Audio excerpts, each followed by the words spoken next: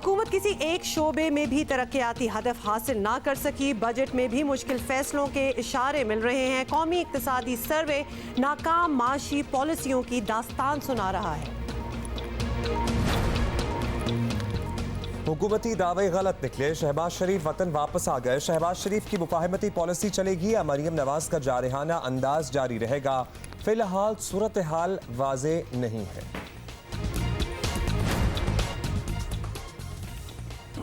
अस्सलाम वालेकुम, good morning once again. सुबह बखैर। बड़े दिन बाद आपको गुड सहरी के बाद गुड मॉर्निंग कहने का मौका मिला है तो बड़ा अच्छा महसूस हो रहा है। वैसे भी आप अपने नॉर्मल रूटीन में वापस आ जाए ना, एज एन आपको पता है कि रमज़ान के बाद भी कुछ दिन के लिए रमज़ान वाला ही रूटीन चल रहा होता है। कितने लोग हैं जिन्हें अभी भी शायद सहरी के बाद ही नींद आ रही होगी, लेकिन हमने अपने आप को बड़ा मुश्किल से ट्यून किया। कितने लोग हैं क्या आपने पूछा था? तो फिर मैं जल्दी से हाथ उठा लूँ क्योंकि बड़ा मुश्किल हो रहा है वो वापस एक रूटीन में आना, बट इंशाल्लाह हम लोग आ जाएंगे। अच्छा जी, मुर्तज़ा वहाब ने हमें ज्वाइन किया है और क्योंकि हमने आपको बताया कि प्राइम मिनिस्टर ने अभी छोटा सा एक मैसेज जो दिया है, बड़ा इंपॉर्टेंट मैसेज जो दिया है, उसके बारे में हमने बात करनी है। मुर्तज़ा आप हमारे साथ हैं। अस्सलाम वालेकुम, गुड मॉर्निंग, गुज़िश्ता ईद मुबारक आपको भी। मुर्तज़ा क्या कहेंगे खान साहब का ये कहना कि आप डिक्लेयर करें अपने एसेट्स बिफोर 30 जून, ये एक मैसेज इफेक्टिव हो जाएगा लोगों के लिए जिनको ये करना चाहिए? जी हुमा, बहुत शुक्रिया आपका। मेरी तरफ से आप सबको भी ईद मुबारक। देखिए, वज़ीर आज़म साहब की आज का स्टेटमेंट सुन के एक बार फिर मायूसी हुई, बिकॉज एक बार फिर वज़ीर आज़म साहब ने कौम को कोई अच्छी खबर नहीं सुनाई। ये सारी बातें तो वो पिछले अपनी 22 साल सियासत में कहते आए हैं कि मुल्क के ऊपर कर्ज बहुत है, मुल्क में नाइंसाफ़ी है, और बार बार वो पाकिस्तान की आवाम को कहते रहे कि मैं जब इक़्तिदार में आऊँगा मैं चीज़ों को तब्दील कर दूँगा। तो 10-11 माह से जो उनको इक़्तिदार मिला है, पाकिस्तान की आवाम ने देख लिया कि उन्होंने अपना कोई भी वादा पूरा नहीं किया। और ये एमनेस्टी के बारे में भी, असासों के बारे में भी, खान साहब जिस ज़माने में अपोजिशन में थे उनका बड़ा वाज़ेह मौक़िफ़ इसके खिलाफ था। तो ये एक और उन्होंने यू टर्न लिया है, अखलाकी यू टर्न भी कह लें, सियासी यू टर्न भी कह लें।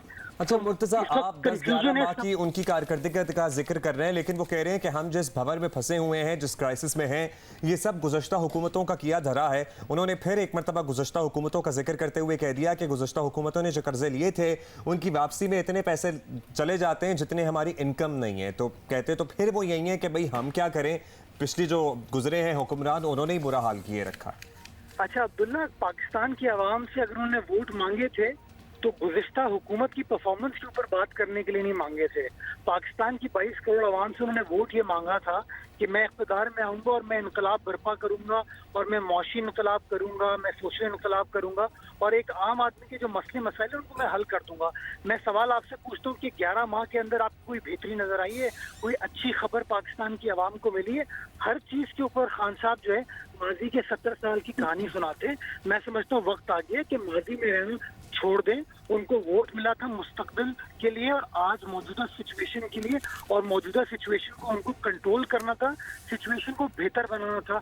अगर आप 11 माह की परफॉर्मेंस पर नजर डालते हैं तो मैं समझता हूँ कि पिछले 70 साल की परफॉर्मेंस को देख लें और 11 माह की परफॉर्मेंस को देख लें, फर्क बड़ा साफ है।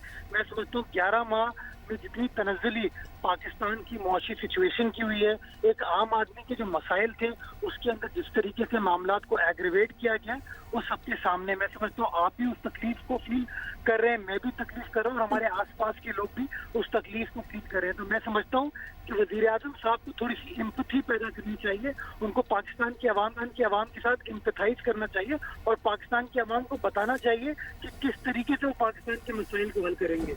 मुर्तज़ा वहाब साहब बहुत बहुत शुक्रिया हमसे बात करने का, अपना ओपिनियन देने का आप जिक्र कर रहे हैं और हम सारे जिक्र कर रहे हैं। वो तकलीफ लिटरली अगर देखा जाए तो वो पिछले कुछ महीने की नहीं है, वो एक्चुअली रोल ऑन इफेक्ट है, बहुत अरसे से शुरू हुआ है। लेकिन इसमें भी जब बहरान आता है, क्राइसिस आता है तो एक दिन में तो आना ही जाता है। और ये ऑल तो बात ज़रूर है कि वज़ीर आज़म ने जो अपना अहम खिताब था उसमें कुछ और भी अगर बातें कह देते तो अच्छा होता, थोड़ा सा एम्पैथाइज करते और थोड़ा सा लोगों को उम्मीद की किरण दिखाते इसी सारी सूरत हाल में। टैक्स एमनेस्टी स्कीम की बात करने के अलावा कि भाई हालात बेहतर होंगे या हालात हालात बेहतरी की तरफ जाएंगे, बिल्कुल जी। क्योंकि लोग इनका साथ देने के लिए या इस मौके पर हुकूमत का साथ देने के लिए तैयार नजर आ रहे हैं। They just need a little more moral support and a little bit of a direction as well. कौमी इक्तिसादी सर्वे की अब बात कर लेते हैं। आपको बताएं कि हुकूमत की माशी कारकर्दगी का पहले साल का रिपोर्ट कार्ड आ गया है। असद उमर मईशत के सामने क्लीन बोल्ड नजर आ रहे हैं और अब माशी इनिंग्स हफीज शेख को आगे बढ़ानी है। बजट से पहले कौमी इक्तिसादी सर्वे आज जारी किया जाएगा। ज़राए के मुताबिक रवा माली साल माशी तरक्की, ज़राअत, सनत, मैन्युफैक्चरिंग और खिदमात समेत अहम अहदाफ हासिल ना हो सके। मजमूई माशी तरक्की 6.2 हतफ के मुकाबले में 3.3% रही।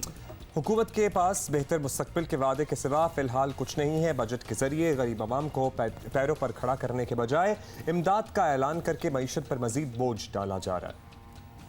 ये बजट पाकिस्तान तहरीक इंसाफ का एक लॉन्ग टर्म रोड मैप और वे फॉरवर्ड होगा जो अगले 5 साल के जो अहदाफ हैं उनको एड्रेस करेगा। बजट जो आ रहा है वो किफ़ायतशार बजट है, उसमें हर कोई सख्ती उठा रहा है, मगर उन सख्तियों के बावजूद समाजी तहफ़्फ़ुज़ के बजट को दोगुना कर दिया गया। ये बहुत ही अहम फैसला है। ये चीनी माफिया, मुझे अब आके पता लगा शुगर माफिया सब्सिडी ले गया पंजाब से। मैं इमरान खान को केस पेश करूंगा। ईसीसी ने नहीं दी चीनी के चोरों को कि 70 रुपये किलो चीनी बेचें और सब्सिडी भी ले जाएं पंजाब से।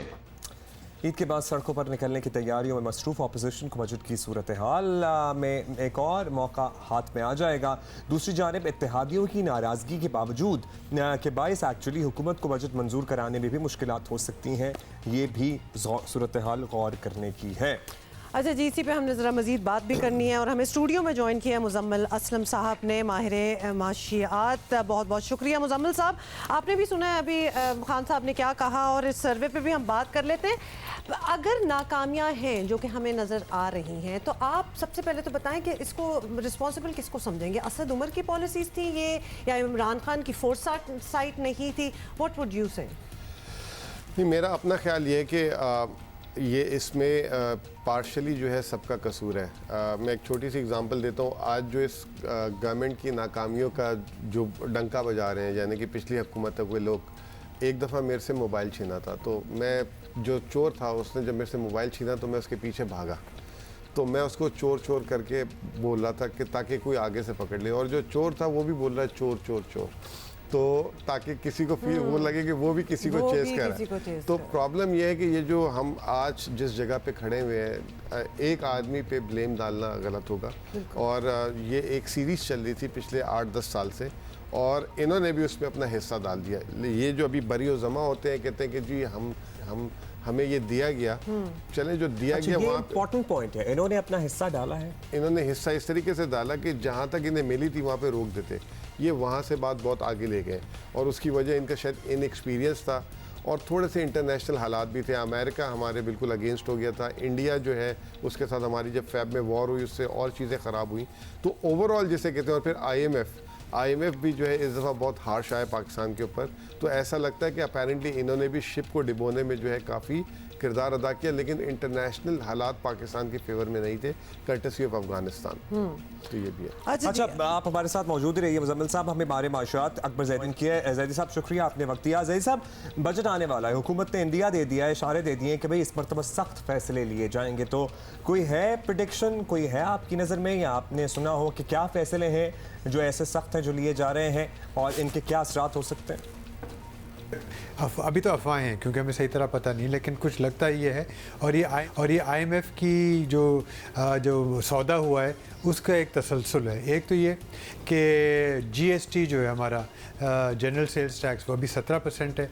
कहा यह जा रहा है कि 1% बढ़ा दिया जाएगा 18%। आप खुद सोचें कि अगर 1% उसमें इजाफा हो जाता है तो अफरात दर वैसे ही ज़्यादा हो जाएगी, वैसे ही मुश्किलात लोगों पे ज़्यादा हो जाएंगी। दूसरा जो कहा जा रहा है कि ये जो टैक्स जो है सब्सिडी वगैरह दी जाती है उसमें काफ़ी कमी की जाएगी। और जो आदाद-ओ-शुमार सामने आ रहे हैं वो ये बता रहे हैं कि अगले 2 साल में तकरीबन 700 अरब रुपए की कमी की जाएगी। तो अगर कमी की जाएगी तो वो टैक्स वगैरह जो सब्सिडी, तो उसका मतलब है ये खसारा होगा और फिर इनको मज़ीद कहीं से पैसे लेने पड़ेंगे।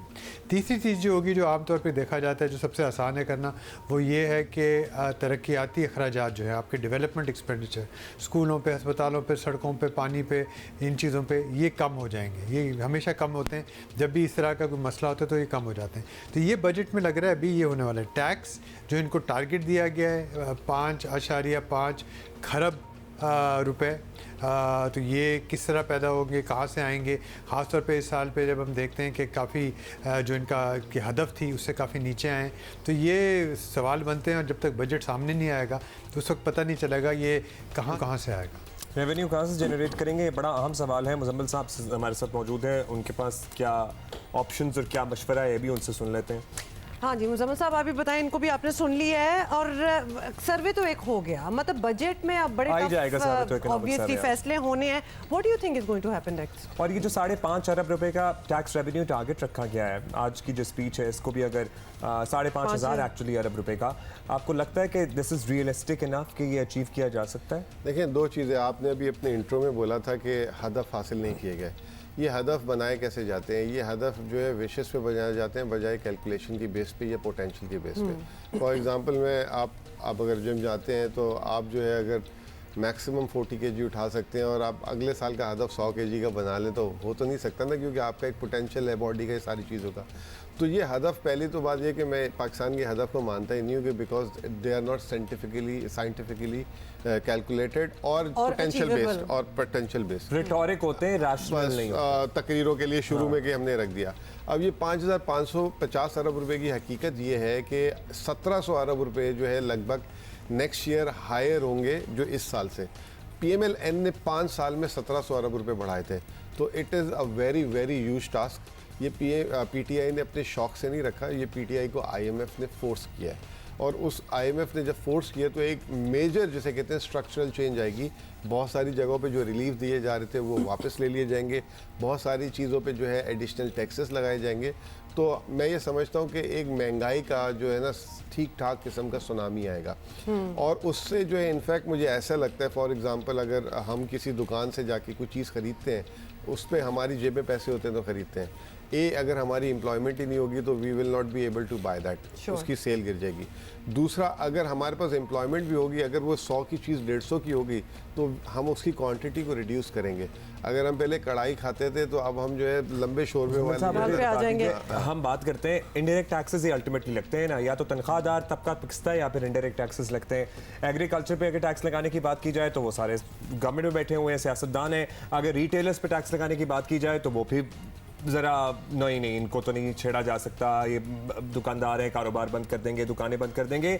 तो हम फंस कहाँ जाते हैं? या तो हमारे पास सैलरी तबका बचता है या फिर इनडायरेक्ट टैक्सेस में फंसते हैं। देखिए, जब हम IMF प्रोग्राम में आते हैं ना तो जो बिल्कुल एक्सट्रीम पॉवर्टी के लोग होते हैं उनको प्रोटेक्शन मिल जाती है। जैसे आपने सुना होगा 100 से 180 अरब रुपये हो गया तो गवर्नमेंट उनको वाउचर्स दे देगी, और जो अमीर आदमी होता है उसको फ़र्क नहीं पड़ता, उसका वेल्थ इफेक्ट होता है। जो मिडिल क्लास होता है वो बहुत तेज़ी से पॉवर्टी लाइन की तरफ आता है, क्योंकि उसकी जो है इनकम नहीं बढ़ती और उसके एक्सपेंसेस बढ़ने शुरू हो जाते हैं। This is the bad news. और इजिप्ट में भी हुआ कि इजिप्ट में बहुत सारे लोग गुर्बत की लकीर की तरफ जाना शुरू हो गए तेज़ी से।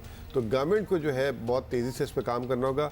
सुबह सुबह जो इमरान खान साहब का जो पैगाम था, अगेन उन्होंने जो है ना वो एक हरास किया लोगों को। 30 जून है, 30 जून के बाद अगर आपने पैसे नहीं डिक्लेयर किए तो हमारे पास इंफॉर्मेशन है, हम आपके घर घुस जाएंगे, हम आपकी वार्निंग ही दे दी। तो वो वार्निंग देने का तरीका, मतलब इस वक्त लोगों को आप प्यार से, मोहब्बत से उन्हें बताएं कि यार इश्यूज हैं मुल्क में, आप भी साथ खड़े हो, हम भी खड़े हो। आपने बहुत पार्टी कर ली, आपने बहुत टैक्स चोरी कर लिया, अब आप आ जाए लाइन पे। शायद मुजम्मिल साहब, शायद खान साहब थोड़ा सा टफ लव भी करने की कोशिश कर रहे हैं कि वो आप कह रहे हैं जरा प्यार से समझाएं, प्यार से कौन समझ रहा है इधर, तो maybe warning is going to ना हो जाए ना कहीं और। अच्छा जी, अब अकबर जैदी साहब भी अभी तक हमारे साथ हैं। अकबर साहब, फाइनली आपसे ये पूछना चाहें कि मौजूदा सूरत हाल में वज़ीर आज़म की माशी टीम को आपका मशवरा क्या होगा? उन्हें मईशत के लिए सख्त फैसले ऑब्वियसली लेने चाहिए या अब आवाम को कुछ रिलीफ भी देना चाहिए, हो सकता है कि नहीं?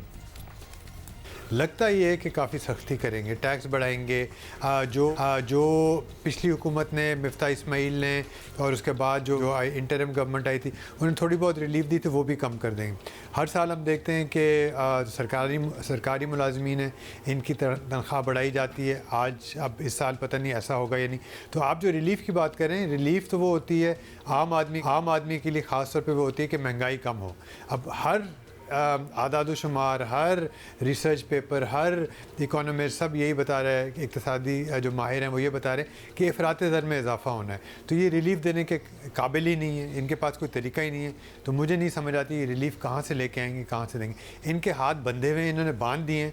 उसकी एक बुनियादी वजह यह है कि इन्होंने पिछले 10 महीने बहुत देर लगा दी। अगर ये पहले सख्त फैसले करते तो शायद आसान होता, लेकिन देर लगाने से यही होता है कि अगर आप बीमार हैं और आप दवाई नहीं ले रहे और देर करते जा रहे हैं, तो फिर होता ये कि आपको बहुत सख्त दवाई लेनी पड़ती है और ये उस शॉक थेरेपी में चले गए और अब ये वो करने वाले हैं और इसके असरात आम हमारे पाकिस्तानी मज़दूरों, किसानों और अवाम पे होंगे। बिल्कुल, बहुत बहुत शुक्रिया। और अकबर जैदी साहब हमसे बात कर रहे थे, मुज़म्मिल असलम साहब हमारे साथ बैठे हुए हैं। बहुत बहुत शुक्रिया आपका भी इधर आने का। वी आर होपिंग कि चीज़ें बेहतर ही हों। There is a new team out there, obviously Hafeez Shaikh साहब हैं, शब्बर जैदी साहब हैं। अब कुछ फ्रेश आइडियाज़, कोई फ्रेश इनोवेशंस ज़रूर होनी चाहिए। सुहेल अब्बास इस वक्त हमारे साथ हैं, तो उनको सबसे पहले तो हम हैप्पी बर्थडे कहेंगे। सुहेल अब्बास साहब, आपको बहुत बहुत सालगिरह मुबारक हो। आप किस तरह आपने सेलिब्रेट करनी है, क्या करना है आज के दिन? बहुत शुक्रिया। ऑब्वियसली बड़ा अच्छा लग रहा है और बस यही ख्वाहिश है कि क्या कहते हैं पाकिस्तान भी इसी तरह तरक्की करता रहे जी। अच्छा, आपने माशाल्लाह इतना बड़ा नाम बनाया और इतने कई एजाज़ात अपने नाम किए, कई आलमी रिकॉर्ड अपने नाम किए, लेकिन हम जो बच्चे, जो नौजवान आपको देख रहे हैं ना, जो आपसे इंस्पायर्ड हैं, who look up to you, उनके लिए पूछना चाहते हैं कि आप इस तरह कैसे आए? क्या बचपन से ही रुझान था कि बस हॉकी प्लेयर बनना है? क्योंकि यूजुअली जुनून क्रिकेट का होता है हमारे यहाँ, हॉकी की तरफ ज़रा कम ट्रेंड है। हॉकी की तरफ मैं स्कूल की तरफ से आया और स्कूल में खेलता था, वहाँ हॉकी होती थी और हमारा पाकिस्तान का नाम वैसे ही बहुत रोशन है। और ऑब्वियसली शौक और पैशन तो होता ही है, तो शौक और पैशन था तो इसलिए हॉकी की तरफ आ गया। अच्छा, स्कूल की तरफ से आप आए, आप ऑब्वियसली जोश तो होगा, पैशन तो होगा, लेकिन ऐसा कभी सोचा था कि इस मकाम तक आप पहुंचेंगे हॉकी में? मेहनत तो बहुत लगी होगी इसमें। बस ये मालिक की मेहरबानी है, करम है। सोचता है इंसान बहुत कुछ है, बस ये कि कोशिश यही होती है कि अपने आप को बेहतर करें और मेहनत करते चले जाएं। यहाँ तक पहुँचना ये नहीं सोचा था कभी भी, बस मालिक ने पहुँचा दिया, बहुत शुक्र है। लेकिन सुहेल, आपकी इंडिविजुअल परफॉर्मेंसेस तो जाहिर है कि पूरी दुनिया उसकी बात करती है और उसकी मोतरफ है। पाकिस्तान हॉकी की अगर ओवरऑल बात करें तो हमारी हॉकी कहाँ थी और फिर कहाँ आ गई? क्या हुआ? आप इतने लेजेंडरी खिलाड़ी होने की हैसियत से क्या समझते हैं? क्या टैलेंट की कमी थी या टैलेंट को तलाश नहीं किया गया, या अगर तलाश किया गया तो उसे पॉलिश नहीं किया गया? What really happened to Pakistan hockey? नहीं, असल में ये सवाल तो अरबाब इख्तियार जो थे उस वक्त से लेके अब तक, ये सवाल तो उनसे करने वाला है जो लोग उस इख्तियार में थे, जो सब चीज़ें करने वाले थे। ये मेरा तो जवाब नहीं बनता। We agree with you there. ये भी बता दें सुहेल अब्बास के अगर कोई आजकल का बच्चा, कोई यूथ जो है वो सुहेल अब्बास बनना चाहे तो आप क्या मशवरा क्या देंगे, क्या करना चाहिए? मेरा ख्याल है अगर सिंपली मैं बोलूँ तो मेहनत का दामन अपने हाथ से ना छोड़े, बिल्कुल, और अल्लाह ताला पे सब कुछ छोड़ दे। और बस मेरे ख्याल से कुछ ऐसा नहीं है कि उसको कुछ मिलेगा नहीं। बड़ी ही स्पेशल वो होते हैं ना कि टैलेंटेड लोग जो होते हैं, टैलेंट तो एक चीज़ है और उसके बाद डेडिकेशन एंड हार्ड वर्क, मतलब ये सब कंबाइन हो के एक स्पेशल इंसान बनता है, स्पेशल खिलाड़ी बनता है, and that is Suhail Abbas for you. जल्दी से आपको बता दें कि legendary hockey player Suhail Abbas की सालगिरह पर क्रिकेट के सिकंदर बख्त और ऑलराउंडर अब्दुल रज़ाक ने भी मुबारकबाद दी है। तो क्रिकेटर्स भी इनकी महारत बड़ी अच्छी तरह समझते हैं। आइए जरा देखते हैं। जनाब, जिस तरह क्रिकेट के अंदर आपको पता है कि मुरलीधरन सबसे ज़्यादा विकेट लेने वाले खिलाड़ी हैं टेस्ट क्रिकेट के अंदर, इसी तरह हॉकी में भी सबसे ज़्यादा गोल करने का रिकॉर्ड आपको पता है किसके पास है? नहीं पता ना? आप समझ रहे हो किसी जर्मन के पास, किसी हॉलैंडर के पास या किसी ऑस्ट्रेलियन के पास होगा? नहीं, ये एक पाकिस्तानी के पास है जिसने सबसे ज़्यादा दुनिया में 348 इंटरनेशनल गोल किए हैं। He is the highest wicket तो नहीं, goal scorer in the world. और वो शख्स पाकिस्तानी है, उसका नाम है सोहेल अब्बास। और हम और हमारे बच्चे शायद उन्हें इतना नहीं पहचानते, मगर सोहेल अब्बास साहब, you have done a wonderful job. Happy birthday and many happy returns of the day. बड़ा ही खुशी की बात है सोहेल भाई, आपको हैप्पी बर्थडे, और अल्लाह ताला करे कि ये दिन आपकी ज़िंदगी में काफ़ी है और आप इसी तरह बर्थडे मनाते रहें और आप खुश रहें। बहुत शुक्रिया अब्दुल रज़ाक। और सिकंदर बख्त की विशेस भी होपफुली सोहेल अब्बास तक पहुंच गए होंगे। और सिकंदर ने बड़ी इंपॉर्टेंट बात की। हम मुरलीधरन को तो जानते हैं, लेकिन हमें ये नहीं पता सोहेल अब्बास का ज़ाहिर है सबने नाम तो सुना है, लेकिन उनके क्या रिकॉर्ड्स हैं ये हमारे बच्चों को एटलीस्ट नहीं पता। तो हमारी जियो पाकिस्तान के इस प्लेटफॉर्म के थ्रू यही कोशिश रहती है कि हम जहाँ दीगर खेलों की बात करते हैं, पर्टिकुलरली क्रिकेट की बात करते हैं, वहीं अपने कौमी खेल और इसके खिलाड़ियों को पीछे ना छोड़ें और इसको भी ग्लोरीफाई करें। इसको भी 4 चांद लगाकर जब तक हम आपके सामने प्रेजेंट नहीं करेंगे ना, हमारे नौजवानों में और ऐसी इंस्पिरेशन देना कि जो छोटे बाकी बच्चे हैं वो भी ऑब्वियसली सामने आए। और आपको बताएं कि हुकूमती दावे धरे के धरे रह गए। शहबाज शरीफ वापस आ गए। अब मुस्लिम लीग नून मरीम नवाज की जारहाना मोड में ही रहेगी या शहबाज शरीफ की मुफाहमती पॉलिसी की वापसी होगी, सबकी नजरें इस पर है। मुस्लिम लीग नून के सदर और कायदे हिज़्ब इख्तिलाफ लंदन से लाहौर पहुंच गए और उनके वापस ना आने के हुकूमती दावों का जोर जो है फिलहाल ख़त्म हो गया है। हुकूमती रहनुमा अब एक महाज बंद होने के बाद नित नए शोशे छोड़ रहे हैं। जरा सुन लें। लापता लीडर साहब वो पाकिस्तान तशरीफ़ लाए, अपना सुख और चैन लेने के लिए लंदन गए थे। वो आवाम को बेचैन करने के लिए वापस तशरीफ़ लाए हैं। शहबाज शरीफ टाइमिंग के तहत आया कि 11 को बजट है, उसको गिरफ्तार ना किया जा सके। सबसे बड़ी गलती ब्लंडर किया है हमने कि हमने इसको लीडर ऑफ अपोजिशन बनाया है। देखें, नवाज शरीफ और शहबाज शरीफ की सियासत अब मुख्तलिफ है।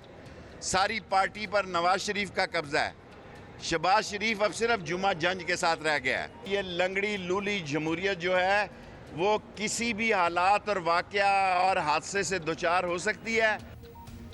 लेकिन मुस्लिम लीग नून के सामने सबसे बड़ा सवाल यह है कि आने वाले दिनों में पार्टी क्या हिकमत अमली इख्तियार करेगी। शहबाज शरीफ जब तक मुल्क में रहे, मरियम नवाज बिल्कुल खामोश रहीं और उनकी गैर मौजूदगी में ज़बरदस्त तरीके से सामने आई। अब छोटे मियाँ साहब दोबारा सियासी मैदान में हैं, पार्टी की बागडोर उन्हीं के हाथ में है। ऐसे नवाज लबो लहजा बदलेंगी या शहबाज शरीफ, ये देखना तो अभी बाकी है। तो इसी पे हम पूछ लेते हैं क्या होने वाला है। रहनुमा मुस्लिम लीग नून राना सनाउल्लाह ने हमें ज्वाइन किया। शुक्रिया राना साहब, वक्त दिया आपने। राना साहब फरमाइएगा कि शहबाज शरीफ वापस आ गए, पार्टी की कमान संभाल ली है उन्होंने। हुकूमती वज़रा ये कह रहे हैं कि शहबाज शरीफ की सियासत अलग है, नवाज शरीफ की अलग है। तो क्या शहबाज शरीफ अपनी मुफाहमती पॉलिसी को आजमाना चाहेंगे अब भी, या वोट को इज्जत दो का बयानिया लेकर ही पार्टी आगे बढ़ेगी? क्या तय हुआ है, कुछ डिसाइड हुआ भी? ये चीज़ें जो है ये पार्टी में डिस्कस होती रहती हैं और जब फैसला हो जाता है तो उस फैसले को हमेशा सब ने जो है वो उस फैसले को माना है और उसको आगे लेके चले हैं। और मियाँ शहबाज शरीफ साहब जो हैं उन्होंने कभी भी पार्टी के किसी फैसले से कभी नाराज़ नहीं किया और यही वजह है कि इस वक्त मियाँ शहबाज शरीफ जो है वो पार्टी में सबसे ज़्यादा ज़ाब हैं। बहुत बहुत शुक्रिया। रहनुमा मुस्लिम लीग नून राना सनाउल्लाह हमसे बात कर रहे थे। A lot remains to be seen कि एक्चुअली आगे होना क्या है। और रमज़ान का बड़ा अच्छा सिलसिला हम सारों का साथ गुजरा। Thank you so much for writing in to. और वो जो आपने लिखा है ना, एक साहब ने हमें कराची से लिखा है कि भाई आप लोग इस टाइम दोबारा बराह रास्त हमारे साथ मौजूद हैं, तो हमें एहसास हो रहा है कि हाँ अब we should be back to work and back to our normal lives as well. हम ही तो इंडिकेशन है आपकी ज़िंदगी में क्या हो रहा है क्या नहीं। हम रात को आए तो समझे रमज़ान है, हम दिन में आए तो समझे बाकी नॉर्मल डेज गुजर रहे हैं। जल्दी से कामों पे जाएं। ओके जी, बहुत सी बातें करनी है और इस घंटे की टॉप स्टोरीज।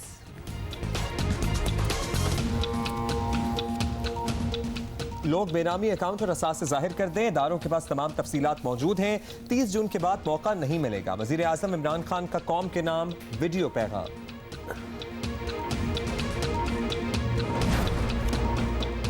शुमाली वजीरिस्तान और हरनाई में एक माह के दौरान मुख्तलिफ हमलों में 10 सिक्योरिटी एहलकार शहीद और 35 जख्मी हो चुके। सरहद पार से दहशत गर्दी का ना रुकना तशवीशनाक है।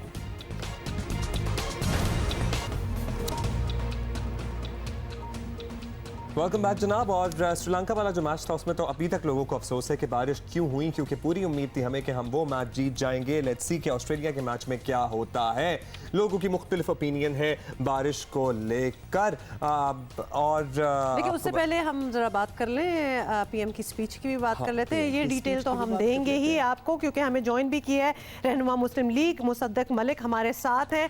और मुसद्दक साहब बहुत बहुत शुक्रिया, आपने हमें ज्वाइन किया है। हम जिक्र कर रहे थे सुबह छोटी सी एक जो स्पीच और एक वार्निंग स्लैश आप समझ लें पीएम ने भी दी है एमनेस्टी स्कीम के हवाले से। उनका ये भी कहना था जो जिन कर्जों के डेट में हम सारे फंसे हैं, जो पाकिस्तान का जो इस वक्त हाल है वो पिछली हुकूमतों का है। यकीनन उनका इशारा तो पीएमएलएन की ही हुकूमत की तरफ से था कि वहाँ से ये सारी चीज़ें शुरू हुई हैं और हमें आके भुगतनी पड़ रही हैं। आप क्या कहेंगे इस बारे में?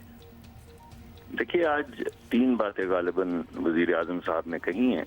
एक तो जैसा आपने बताया, उन्होंने लोगों को धमकाया है जो जेब नहीं देता किसी भी वजीर आजम को। दूसरे, उन्होंने थोड़ी गलत बयानी किया और लोगों को कहा है कि आपका टैक्स जो है वो जा रहा है कर्जों की अदायगी के लिए। हर हुकूमत जो है वो कर्जों की अदायगी करती है और हुकूमत के पास माँ सिवा बजट के कोई तरीकाकार नहीं होता पेमेंट करने का।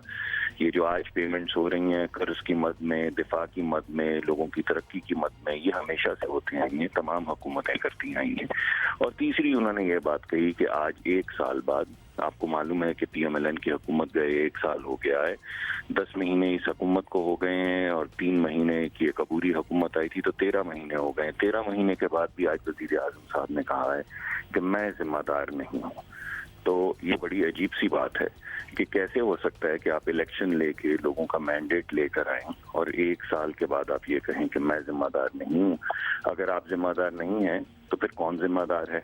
और अगर आप समझते हैं कि जो कुछ हो रहा है ये पिछली हुकूमत की वजह से हो रहा है और हम कुछ नहीं कर सकते, तो फिर आप जिस अंधेरी गली से आए हैं उसी अंधेरी गली से चले जाइए। अच्छा, अब आप अगर ये समझते हैं मलिक साहब कि ये लोग जिम्मेदार हैं और इनको जाहिर है हुकूमतें, पिछली हुकूमतें सभी बहुत से हर ही दौर में मसाइल छोड़ के जाती हैं जो कि मौजूदा हुकूमतों की जिम्मेदारी होती है आपके मुताबिक, तो अब आपका प्लान क्या है? इक़्तिसादी सर्वे तो पेश कर दिया जाएगा, बजट के मौके पर एहतजाज का कोई प्लान है क्या? इन हाउस एहतजाज किया जाएगा या फिर सड़कों पर भी आ सकते हैं? What is your plan now?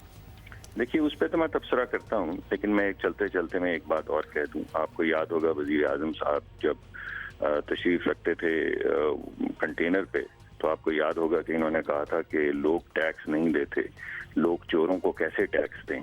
तो आज इक्तिसादी रिपोर्ट मेरे ख्याल में सामने आ जाएगी और इस साल में जितना टैक्स इकट्ठा हुआ है वो आपके सामने आ जाएगा और उससे आपको मालूम पड़ जाएगा कि अगर लोग चोरों को हुकूमत को टैक्स नहीं देते तो क्या वजह है वो इसके अलावा, चोरी के अलावा, कि अब पिछले साल के मुकाबले में इनकम टैक्स जो है वो नीचे चला गया है।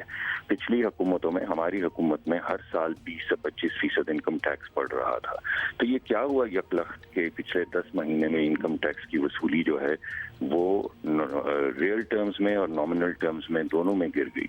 दूसरे, आपको याद होगा कि वजीर आजम साहब कहते थे कि ये एमनेस्टी स्कीम जो है ये तो चोरों के लिए होती है और चोरों का काला धन सफेद करने के लिए होती है। तो आज जो एमनेस्टी स्कीम के हक में वजीर आजम खुद टेलीविजन पर आकर बोले हैं और लोगों को ना सिर्फ उन्होंने दरखास्त की है बल्कि धमकाया भी है, तो सवाल ये पैदा होता है कि ये किसके लिए एमनेस्टी स्कीम लेकर आए हैं? यानी ये कैसे हो सकता है कि पिछली एमनेस्टी स्कीम चोरों के लिए थी तो अब किन के लिए है? साधुओं के लिए जो ये लेकर आए। जी मलिक साहब, टाइम बड़ा कम है, बजट के हवाले से थोड़ा सा बता दें कि प्लान क्या है आपका? कोई एहतजाज करना है? How are you planning to go about it? देखिए, हमारा नुक्ता नज़र तो बिल्कुल वाज़ेह है, अवाम पे भी और वैसे भी, क्योंकि हम लोग वोट लेकर आते हैं तो हम पर जिम्मेदारी है कि लोगों के जो उन पर बोझ पड़ रहा है उसके खिलाफ हम आवाज़ उठाएं। अब ये डिपेंड करता है कि बजट में क्या है। अगर तो बजट अवाम दोस्त हुआ फिर तो जैसे सियासी नोक-झोंक होती है थोड़ी बहुत सिर्फ वही होगी और उसके बाद बजट अप्रूव हो जाएगा। लेकिन अगर ये बजट गरीब आदमी की कमर तोड़ने का सामान लेकर आया तो फिर यकीनी तौर पे जब लोग आवाज़ उठाएंगे तो हम भी आवाज़ उठाएंगे। अगर लोग असेंबली में ये हमें तो उन्होंने वोट दिए हैं तो वो हमसे एक्सपेक्ट करेंगे हम असेंबली में आवाज़ उठाएं। लेकिन जिस तरह इन्होंने लोगों की कमर तोड़ी है, बिजली के बिल बढ़ा के, गैस के बिल बढ़ा के, रोटी के बिल बढ़ा के, यानी एक आम आदमी जो 40-50 हज़ार रुपए कमाता है उसके लिए जिंदगी जिंदा रहना महाल हो गया है। और अगर ऐसा हुआ और लोग सड़कों पे आए तो हम कैसे लोगों से अलग रह सकते? राइट, बहुत बहुत शुक्रिया मुसद्दिक मलिक साहब। So it depends on the severity of the budget. Test cricketer Abdul Razzaq ने हमें ज्वाइन किया है, बहुत शुक्रिया आपका अब्दुल रज़ाक वक्ती। आपने पाकिस्तान की टीम की अगर बात करें तो इंग्लैंड के खिलाफ बड़ी हमें तगड़ी नजर आई, हमें लग ही नहीं रहा था ये वही टीम है वही लड़के हैं, लेकिन उसके बाद फिर एक मैच बारिश की नजर हो गया। अब बताया जा रहा है कि ऑस्ट्रेलिया के खिलाफ जो मैच है और इंडिया के साथ जो मैच है वो भी बारिश से मुतासर हो सकते हैं। तो इससे हमारा जो रिदम बना था इंग्लैंड के खिलाफ जीत से वो कितना मुतासर हो सकता है? देखिए डेफिनेटली जो श्रीलंका के खिलाफ मैच मैनेड हुआ है इससे पाकिस्तान को नुकसान हुआ है और 2 पॉइंट बड़े क्रुशल थे। और अब ऑस्ट्रेलिया अच्छी टीम है और उसके बाद इंडिया, पर इंडिया से खेलने से पहले पाकिस्तान को ऑस्ट्रेलिया को बीट करना पड़ेगा। अगर पाकिस्तान खुदा न खास्ता ऑस्ट्रेलिया के खिलाफ मैच हारता है तो पाकिस्तान पे प्रेशर आएगा और इंडिया के खिलाफ उस तरह परफॉर्म नहीं कर सकेगा जिस तरह एक टीम में कॉम्बिनेशन होता है, एक कॉन्फिडेंस लेवल होता है मैच जीतने के बाद। तो इस चीज़ के लिए पाकिस्तान को बड़ा देखना पड़ेगा कि एक अच्छी अपॉर्चुनिटी थी, अब बारिश होगी इसमें तो आप कुछ नहीं कर सकते, पर ये कि उस चीज़ को रिकवरी के लिए आपको बीट करना पड़ेगा। अच्छा, एक चीज़ जिस पे लोग अक्सर बात करते हैं, they would like to know कि ऐसी चीज़ में होता क्या है, वो आप बेहतर बता सकते हैं कि एक टीम एक बड़ा ज़बरदस्त मैच जीते और उसके बाद अगले मैच के लिए कोई 1-1.5 हफ्ते का वक्फा पड़ जाए तो इसकी फॉर्म पर क्या असर आता है टीम की? आम तौर पर क्या होता है इस केस में? देखिए ये जो मैचेस होते हैं वर्ल्ड कप में इसमें भी आपको एक रिदम चाहिए होता है। ये होता है कि जैसे अगर आम सीरीज़ हो तो उसमें 2-3 दिन का गैप होता है, उसके बाद मैच वनडे आ जाता है। T20 में बिल्कुल गैप नहीं होता, वो लगातार भी खेलते हैं और मोमेंटम की बात होती है। ठीक है, बॉडी लैंग्वेज रिलैक्स होती है, पर अगर अच्छी टीम में या अच्छे प्लेयर वो होते हैं जितना उनको ब्रेक मिले वो उस ब्रेक में अपने आप को मैच की प्रिपरेशन के साथ तैयार करें। जहां उनको कमी नज़र आती है उस पर वर्क करें, अपनी मेहनत ना छोड़ें और जितनी ज़्यादा एफर्ट करेंगे, जितनी ज़्यादा आप एक्स्ट्रा मेहनत करेंगे तो उससे ही अच्छा रिजल्ट मिलता है। अच्छा अब्दुल रज़ाक ये बताइएगा, पाकिस्तान को मैच में जाहिर है हम चाहते हैं कि फतह मिले, लेकिन मैच मिले ना मिले ये ज़रूरी है कि फोकस कायम रहना चाहिए। इसके लिए क्या टीम मैनेजमेंट को खुसूसी तौर पर कुछ करना पड़ेगा? कोई इजाफी प्रैक्टिस सेशन रखने चाहिए इन केस अगर मैच बारिश से मुतासर होते रहते हैं तो हमें अपनी परफॉर्मेंस तो जारी रखनी है किसी न किसी तरह? देखिए बात ये है कि ये तो प्लेयर पर डिपेंड करता है कि ऑफ द फील्ड वो अपने आप को कैसा फील करता है और एक जिम्मेदारी होती है, एक प्रेशर होता है। जब आप इतना बड़ा इवेंट खेलने जा रहे हो तो प्लेयर को फोकस रहना पड़ता है और इसमें मैनेजमेंट का कोई इसमें अमल दखल नहीं है कि वो उन पर नज़र रखे। ये प्लेयर इतना प्रोफेशनलिज्म उसमें होना चाहिए कि वो अपने हर वक्त तैयार रखे।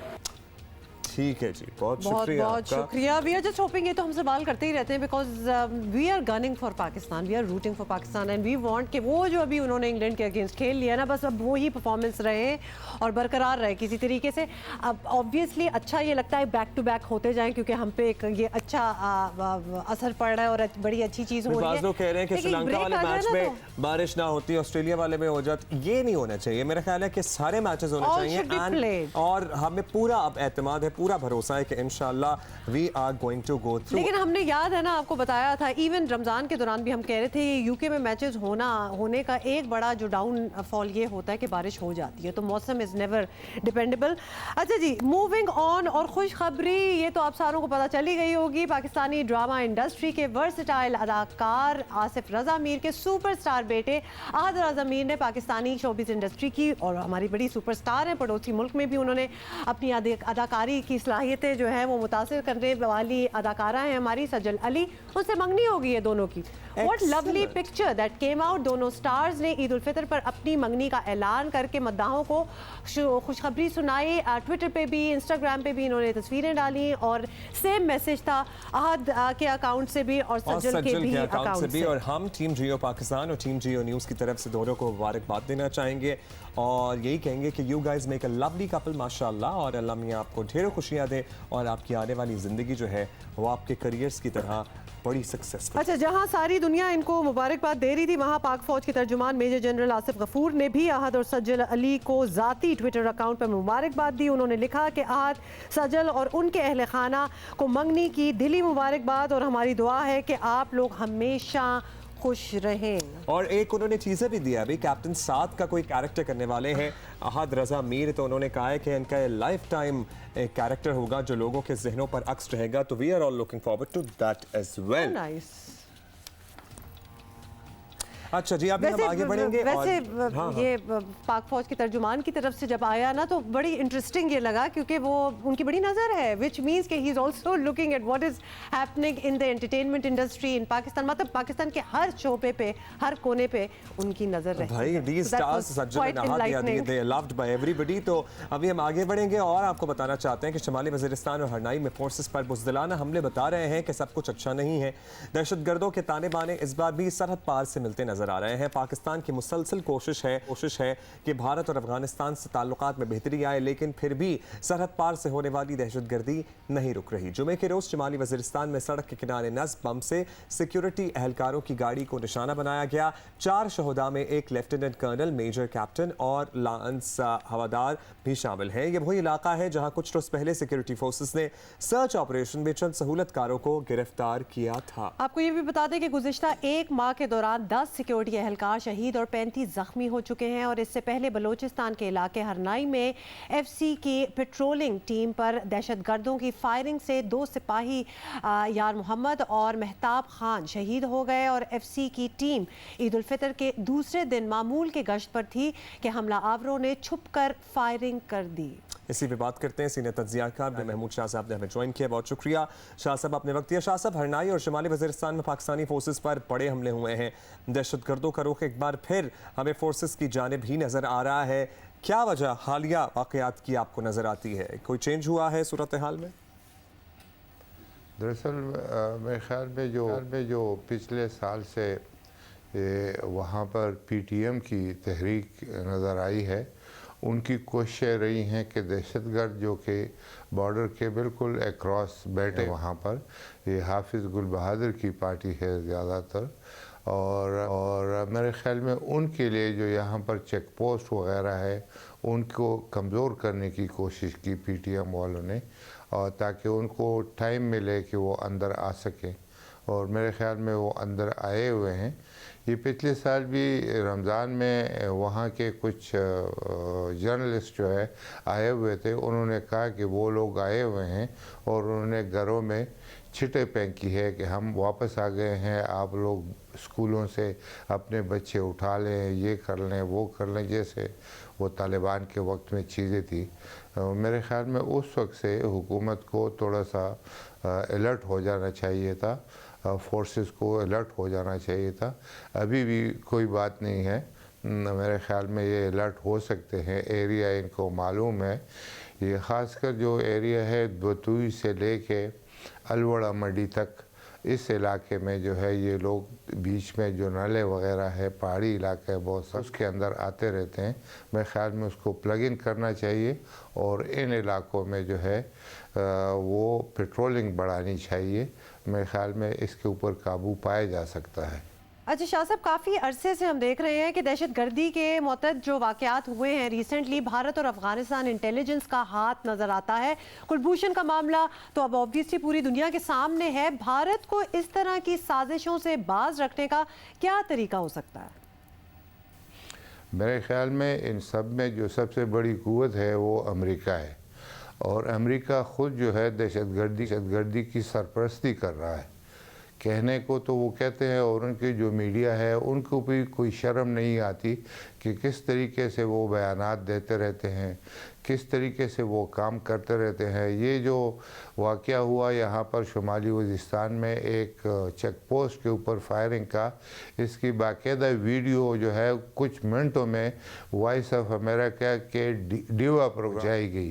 दुनिया के कुछ लोग पूछते हैं, और इसके ऊपर एक मजमून भी छपा था कि ये क़ुव्वतें किस तरीके से, और या ये जो डीवा रेडियो है या वॉइस ऑफ अमेरिका है या BBC है, जो पब्लिक फंडेड जो है वो ऑर्गेनाइजेशंस हैं, किस तरीके से ये किसी और मुल्क में जो है दहशतगर्दी को बढ़ावा देने के लिए इस्तेमाल होते हैं। इनको कोई शर्म नहीं है, इनको कोई हया नहीं है, दुनिया के कोई उसूल नहीं है। मेरे ख़्याल में जब आप देखते हैं कि एक काम अमेरिका कर रहा है तो यूरोपियन पावर जितने भी है वो भी खाते हैं। बहुत शुक्रिया आपका, महमूद शाह साहब हमारे साथ मौजूद थे। जल्दी से आपको बता दें, इस घंटे में हमने दोबारा नहीं बताया कि अब्दुल्ला जो हैं वो उम्रा करके आए हैं। अब्दुल्ला, एक दफ़ा फिर आपको उम्रा मुबारक। अच्छा, ये तो बिल्कुल ही अनएक्सपेक्टेड है दोबारा, थैंक यू सो मच। हाँ, लेकिन क्योंकि हमने पिछले घंटे में किया था तो फिर मैंने कहा दोबारा बता देना जो लोग देख रहे हैं। आप बस फाइनल मुबारकबाद दे दें। मेरा ख्याल है कि we have other business in life as well. वो बार-बार मुबारकबाद इसीलिए की जाती है कि तबर्रुक किधर है, कुछ दिखाएं, वरना मैं करती रहूंगी मुबारकबाद। प्रोग्राम के बाद जरूर कुछ मिल जाएगा। अभी हम आपको ये बताना चाहते हैं कि इंसान का समंदर से रिश्ता सदियों पुराना है।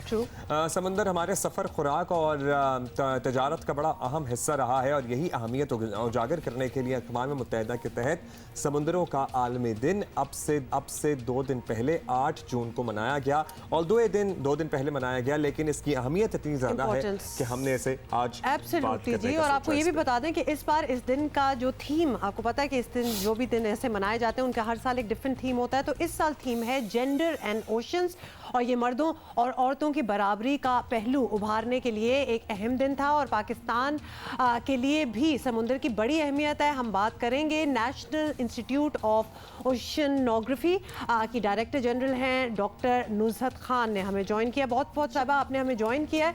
डॉक्टर साहबा, सबसे पहले तो आपसे पूछेंगे, ये बता दें कि समुद्रों का आलमी दिन क्यों मनाया जाता है और हम पाकिस्तानियों के लिए समुद्र की क्या अहमियत है? यूनाइटेड नेशन ने ये दिन सेलिब्रेट करने के लिए 8 जून का दिन मुकर्रर किया है।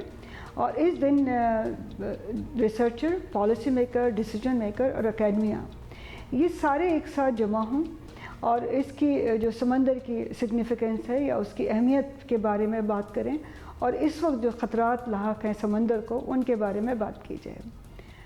समंदर की अहमियत क्या है पाकिस्तान के लिए और ग्लोबल दुनिया। समंदर जो है वो अल्लाह ताला ने 3 हिस्सा समंदर और 1 हिस्सा खुश्की बनाया है। वो इसलिए कि इस कुरे अर्ज़ की जो सस्टेनेबिलिटी है वो समंदर है। समंदर में बेतहाशा रिसोर्सेज हैं जिससे हम लिविंग रिसोर्सेज की बात करते हैं। एनिमल प्रोटीन का बड़ा हिस्सा जिसे फ़िश प्रोटीन भी कहा जाता है, वो बहुत बड़ा ज़ख़ीरा इसमें मौजूद है। इसके अलावा पानी का सबसे बड़ा ज़रिया जिसको नेचर हमें एवोपरेट करके और क्लीन करके हमें देती है। हमारी ट्रांसपोर्टेशन 90% वर्ल्ड ट्रेड जो है वो ओशन के ज़रिए होती है। इसके अलावा आपके क्लाइमेट मॉडरेटर, जो दुनिया में इस वक्त क्लाइमेट चेंज की बात की जाती है तो वो उसके इम्पैक्ट की वजह से है। पाकिस्तान के पास अल्लाह ताला ने तकरीबन 1000 किलोमीटर लंबी कोस्ट लाइन हमें दी है, और वो रिच है कोस्टल एरिया और एक्सक्लूसिव इकनॉमिक जोन जो पाकिस्तान के पास हैं वो बहुत रिच हैं लिविंग रिसोर्सेज के लिए, मिनरल रिसोर्सेज के लिए। इसके अलावा गैस हाइड्रेट हमारे बलूचिस्तान कोस्ट पे मौजूद हैं जो 3rd जनरेशन फ्यूल कहलाता है। अभी ऑयल एक्सप्लोरेशन की बात की है, और जो फॉसिल फ्यूल हम यूज़ करते हैं अपनी गाड़ियों और अपने इंडस्ट्रियल एक्टिविटीज़ के लिए, वो उसका बड़ा जो ज़ख़ीरा है वो समंदर में पोशीदा है।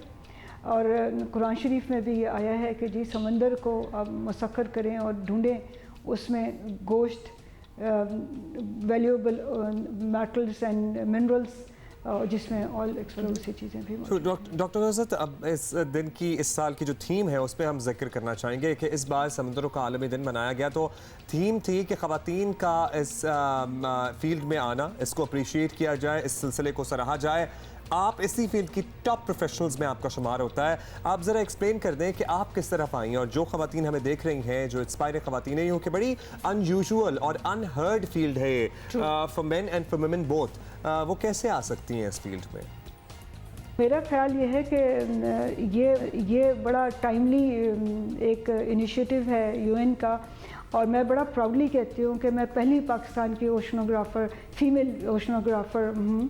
और इसके अलावा मैं अंटार्कटिका के लिए नॉमिनेट हुई थी। अगर अंटार्कटिका हमारा विज़िट हो जाता तो I could be the first Islamic women जो अंटार्कटिका गए थे।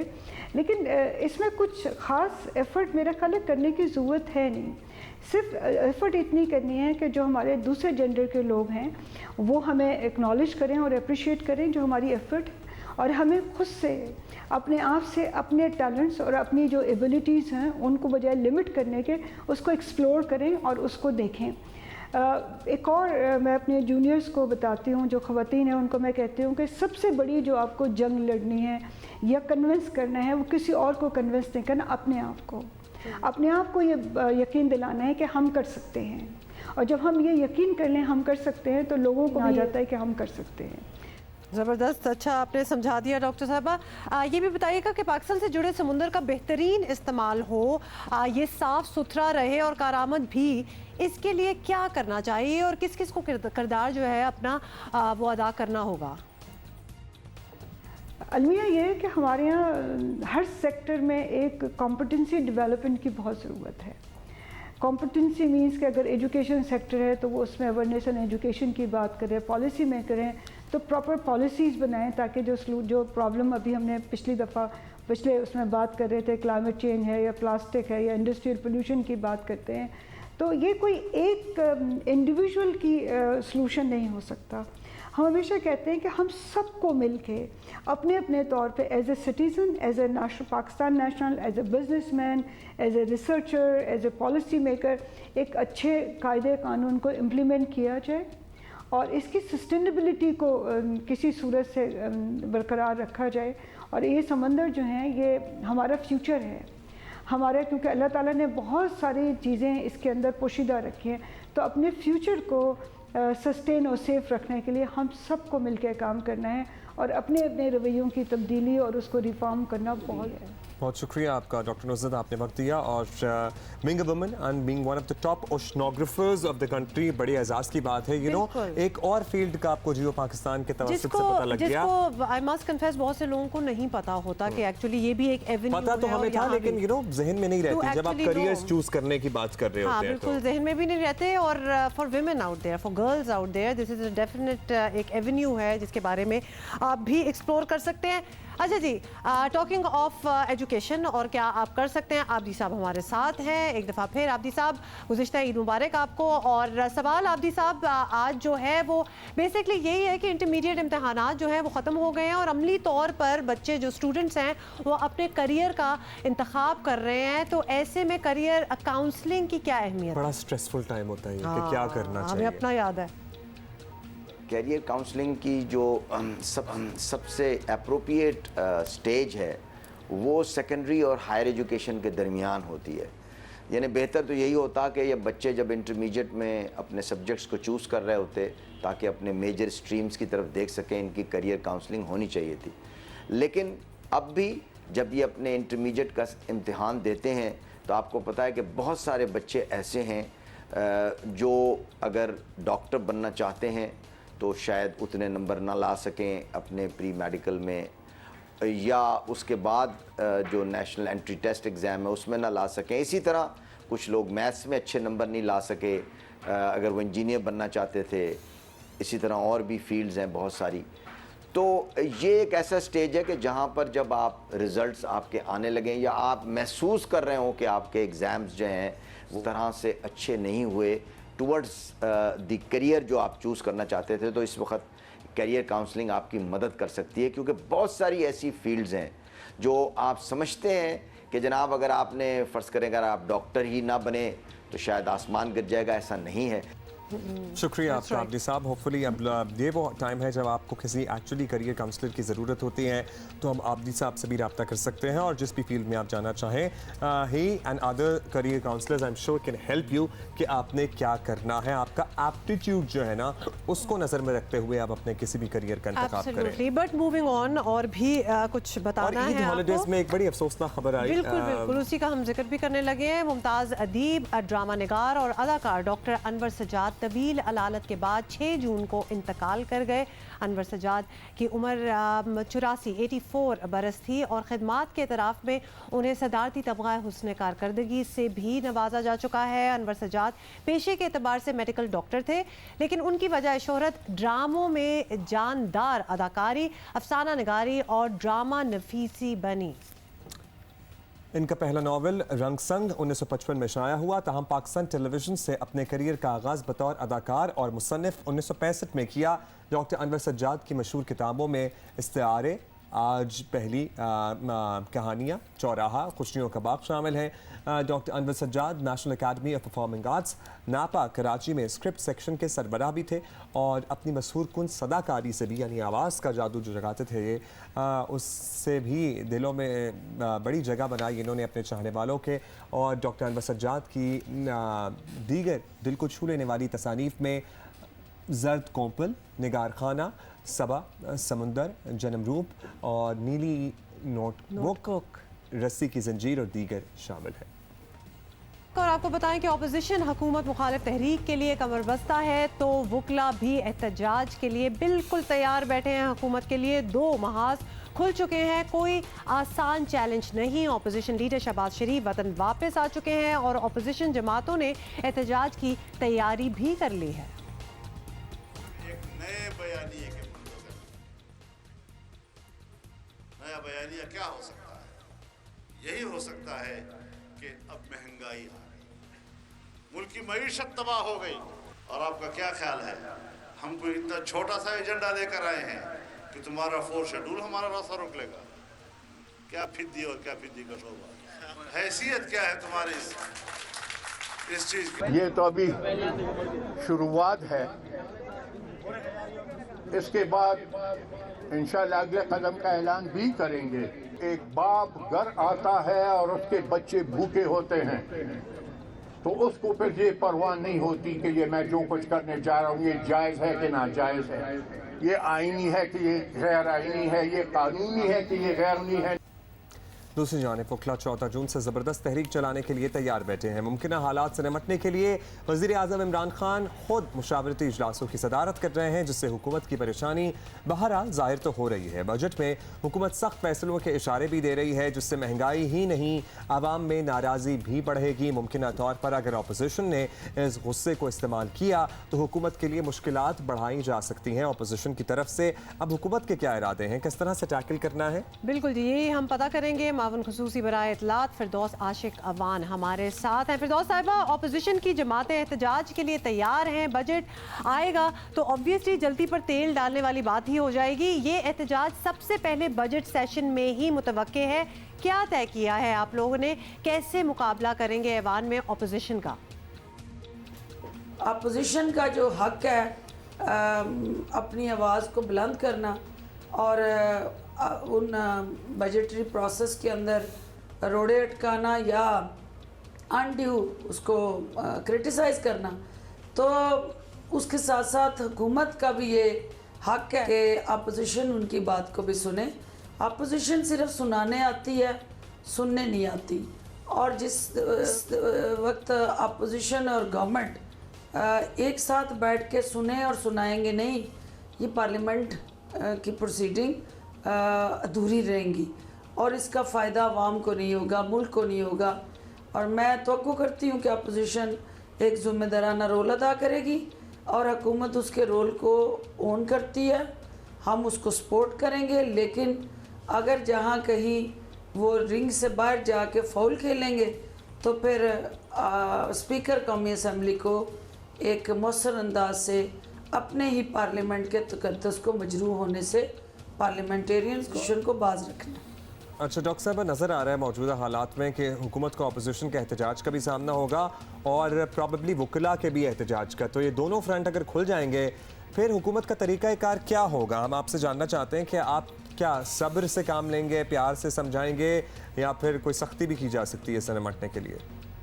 जहाँ वो क्रीज से बाहर जाके खेलेंगे तो फिर जाहिर है नो बॉल जो है उसको रोकना और उसको डिक्लेयर करना नो बॉल और फाइन अनाउंस करना, ये तो फिर आपको पता है कि जिसके हाथ में इख्तियार और कानून होता है उसको वो अपनी ज़िम्मेदारी अदा करनी पड़ती है। तो हुकूमत अपनी ज़िम्मेदारियों से भी आगाह है और आवाम के मसाइल से भी आगाह है, आवाम की मुश्किलात से भी आगाह है। तो इंशाअल्लाह मैं पूरी उम्मीद हूँ कि आवाम अपोजिशन के बहलावे में और बहकावे में नहीं आएंगे और वो किसी सूरत भी अपोजिशन के दिल फ्रेब, पुरफ्रेब और ऐसे नारे जो इससे पहले भी अवाम उनको मुस्तरद कर चुके हैं और इमरान खान साहब की क़यादत पे एतमाद का इजहार कर चुके हैं। अवाम के सामने दो लीडरशिप का फेस है, एक फेस इमरान खान का है, एक फेस ज़रा बाकी अपोजिशन टोले का है। बहुत बहुत शुक्रिया हमसे बात करने का। So everybody seems to be very ready कि आगे क्या होने वाला है, लेकिन कोई अपना स्पेसिफिक प्लान नहीं बता रहा। That is all the time we have for you guys today. And it's just the Monday. अभी तो इंशाल्लाह आपसे पूरा हफ्ता मुलाकात होनी है. Have a great week ahead. See you.